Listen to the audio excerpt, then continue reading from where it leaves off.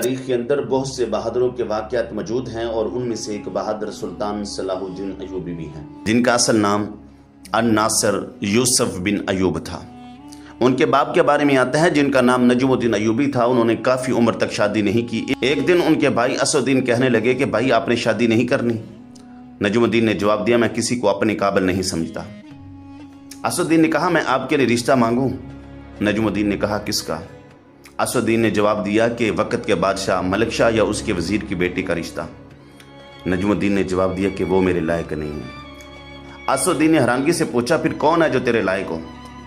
نجم الدین نے جواب دیا، مجھے ایک ایسی نیک بیوی چاہیے جو میرا ہاتھ پکڑ کے مجھے جنت میں لے جائے، اور اس سے ایک ایسا بیٹا پیدا ہو جو شاہ سوار بنے اور جا کر قبلہ اول کو فتح کرے۔ اسد الدین کو بھائی پر بڑا غصہ آیا اور یہ بات ان کو پسند نہ آئی۔ کہنے لگے کہ ایسی عورت تمہیں کہاں سے ملے گی؟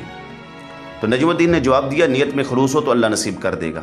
ایک دن نجم الدین ایوبی مسجد کے اندر اپنے شیخ کے پاس بیٹھے ہوئے تھے، تو ایک باپردہ عورت آتی ہے اور شیخ کو مخاطب ہو کر بلاتی ہے۔ شیخ نجم الدین ایوبی سے اجازت طلب کر کے جاتے ہیں، جا کر بچی سے باتیں کرتے ہیں۔ شیخ جا کر اس عورت کو کہتے ہیں کہ میں نے جس بچے کا رشتہ تیرے لیے بھیجا تھا اس کا کیا بنا؟ تو اس بچی نے جواب دیا، وہ لڑکا تو خوبصورت ہے لیکن میرے لائق نہیں ہے۔ شیخ نے اس بچی سے پوچھا، کیوں؟ کہا کہ مجھے ایک ایسے مرد سے شادی کرنی ہے جو میرا ہاتھ پکڑ کے مجھے جنت میں لے جائے اور اس سے پیدا ہونے والا بچہ جا کے قبلہ اول کو آزاد کرائے۔ نجم الدین ایوبی یہ ساری باتیں سن رہا تھا۔ جب شیخ واپس آئے تو شیخ سے کہنے لگے کہ شیخ صاحب میرا نکاح اس عورت سے کروا دیں۔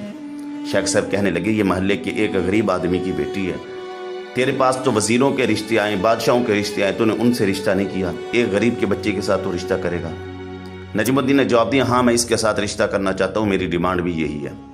نجم الدین کے شیخ نے ان کا نکاح کروا دیا۔ پھر تاریخ نے دیکھا کہ ان سے جو بچہ پیدا ہوا تھا وہ شاہ سوار بنا، اور دنیا آج ان کو صلاح الدین ایوبی کے نام سے جانتی ہے۔ صلاح الدین ایوبی 1138 میں عراق کے شہر تقریب میں پیدا ہوئے۔ ان کی زیر قیادت ایوبی سلطنت نے مصر، شام، یمن، عراق، حجاز اور دیار باکر پر حکومت کی۔ سلطان صلاح الدین ایوبی بہادری، خلق، سخاوت، بردباری کے باعث نہ صرف مسلمانوں میں مشہور تھے بلکہ مسیحی لوگ بھی ان کی بہت عزت کیا کرتے تھے۔ صلاح الدین ایوبی اپنے کارناموں میں نور الدین زنگی پر بھی بازی لے گئے، ان میں جہاد کا جذبہ کوٹ کوٹ کے بھرا ہوا تھا۔ صلاح الدین ایوبی شروع میں نور الدین زنگی کی فوج میں تھے اور وہ مصر کو فتح کرنے والی فوج کا حصہ تھے۔ صلاح الدین ایوبی 564 ہجری میں مصر کے حاکم مقرر ہوئے اور 569 ہجری میں انہوں نے یمن فتح کیا۔ نور الدین زنگی کے انتقال کے بعد سلطان صلاح الدین ایوبی حکمران بنے۔ مصر کے بعد سلطان صلاح الدین ایوبی نے 1182 میں شام، موصب، حلب وغیرہ فتح کر کے اپنی سلطنت میں شامل کر لیے۔ 1186 میں صلیبی جنرل ریڈال نے حجاز مقدس پر حملہ کیا تو سلطان صلاح الدین ایوبی نے بر وقت کارروائی کرتے ہوئے اس حملے کو ناکام بنایا۔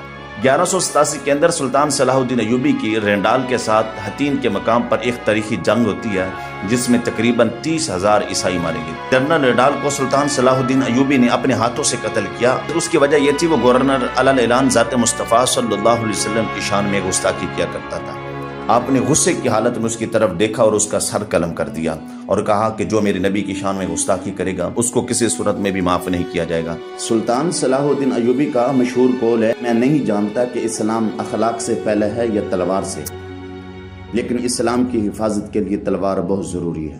سلطان صلاح الدین ایوبی کا ایک اور قول ہے کہ جہاں روٹی مزدوری سے مہنگی ہو جائے وہاں دو چیزیں سستی ہو جاتی ہیں، ایک عورت کی عزت، دوسری مرد کی غیرت۔ ایک مرتبہ سلطان صلاح الدین ایوبی طویل سفر کر کے کہیں گئے تو وہاں کے رہنے والے لوگوں نے کہا کہ حضور تھوڑی دیر کے لیے آرام کر لیں، تو سلطان صلاح الدین ایوبی نے جواب دیا، میرے سر پہ جو دستار ہے میں اس کا اہل نہیں تھا، لیکن اب اس کا حق ادا کرنے کے لیے میں اپنی نیند، اپنا آرام سب کچھ قربان کر دوں گا۔ تم ایسا نہیں کرتے، مجھے اس جگہ لے جاؤ کہ جہاں فرائض میرا انتظار کر رہے ہیں، امت مسلمہ کی خدمت کرنے کے لیے ہر وقت تیار ہوں، میں اپنی نیند، اپنے آرام کو قربان کر دوں گا۔ ایک بار سلطان صلاح الدین ایوبی مصر پہنچے تو وہاں کے شہنشاہ نے آپ کے استقبال کے لیے راستے میں پھولوں کی پتیاں بچھا دی۔